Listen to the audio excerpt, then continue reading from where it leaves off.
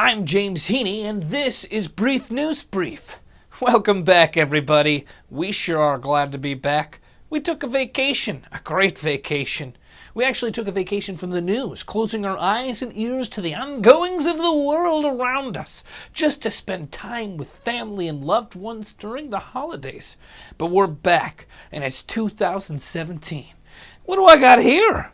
It's a brand new Brief News Brief mug with my mug on it. I can't believe it. Okay, now, let's get back to the news. Over the weekend, we got a New Year's tweet from our very own President-elect, Donald Trump.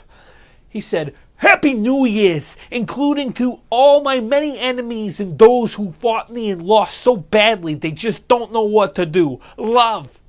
On New Year's Eve, Trump snuck away from the press pool that traditionally follows the president around, wherever he goes, to play a round of golf near his estate in Palm Beach. The practice of having a group of reporters following around the president is meant to ensure that if breaking news occurs, journalists are on hand to relay the president's comments anytime something breaks. Mr. Trump, however, feels that this isn't necessary because his tweets are a sufficient response in real time to communicate directly to the public.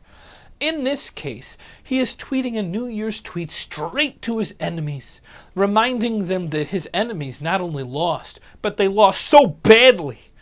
Although it appears that he's just going to take a cue from Jesus himself, and he is going to love his enemies. He sends his love not only to his enemies, but to losers as well. Love to Americans, losers, and not losers. He, of course, is the big winner with his Florida estate that he spent the holidays at, and his big fancy New Year's Eve party and golfing. Trump is the winner, the ultimate winner, and 2017 is his year. And this is his country that we're living in.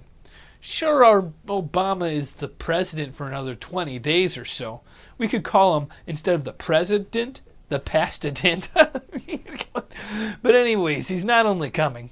Trump is here. Like it or not, 2017 is the year of the Trump. Hope you're ready for some financial news. It's going to be riveting, edge-of-your-seat finance news. The digital currency Bitcoin kicked off the new year by jumping above $1,000 for the first time in 3 years late Sunday night. It outperformed all central bank issued currencies with a 125% increase in 2016.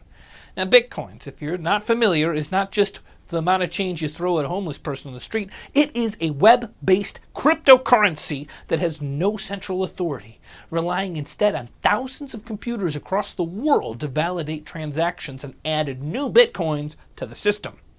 Bitcoin has been rising steady for the past few months, driven by a number of factors. One of those factors is the devaluation of the yuan, the Chinese currency.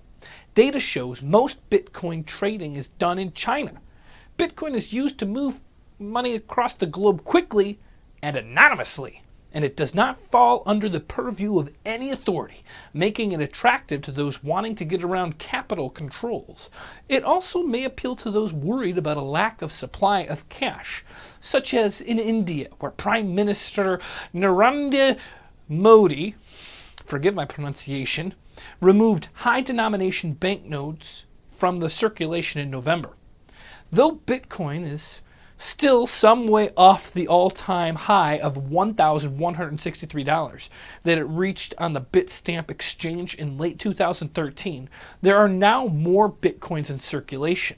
12.5 are added to the system every 10 minutes. Its total worth is at a record high of above $16 billion.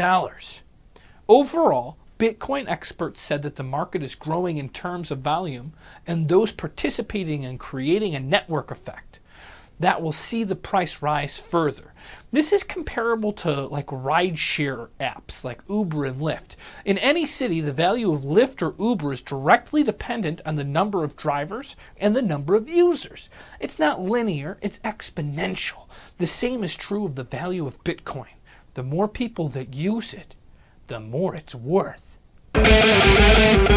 Los Angelinos woke up on New Year's Day to a startling New Year's surprise. The iconic Hollywood sign was altered to read, "Hollyweed, brah!" The sign was vandalized at about 3 a.m. by a male suspect who was recorded on surveillance video. The vandal was dressed all in black. It wasn't me. I swear it wasn't me.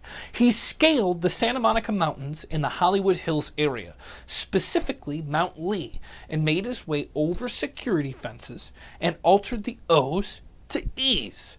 Now, I guess the way to do this, I have no idea, but I suppose it would be to drape tarps over the letter O's to make them look like two E's. The general attitude towards the prank was that it was hilarious and people love it. The sign trended on social media Sunday as spotters used the hashtag hollyweed and circulated snaps. So it was all like, snap, snap, pass, bruh. I'll take 1 gram of the hollyweed, bruh. Bruh. Whatever. It's poll tally time. Would you attend Trump University if you had a free ride? Most of you said yes, but unfortunately a big portion of you have already paid for it. Isn't that ironic? And secondly, were you ever gifted sea monkeys? Turns out most of you were not. What a great childhood you must have had. I was gifted these sea monkeys. I was expecting this family to love, and then they disappointed me because they didn't care about me. And finally, can a pinball video game compete with the real thing? No. Nope. New polls. First off, do you Bitcoin? I'm talking use them, mine them. What do you do? Do you use them? Secondly, how great was that hollyweed prank, right? How great was that? Oh, God. And finally, what's your New Year's resolution? I'm sure it's one of the 4 we've listed.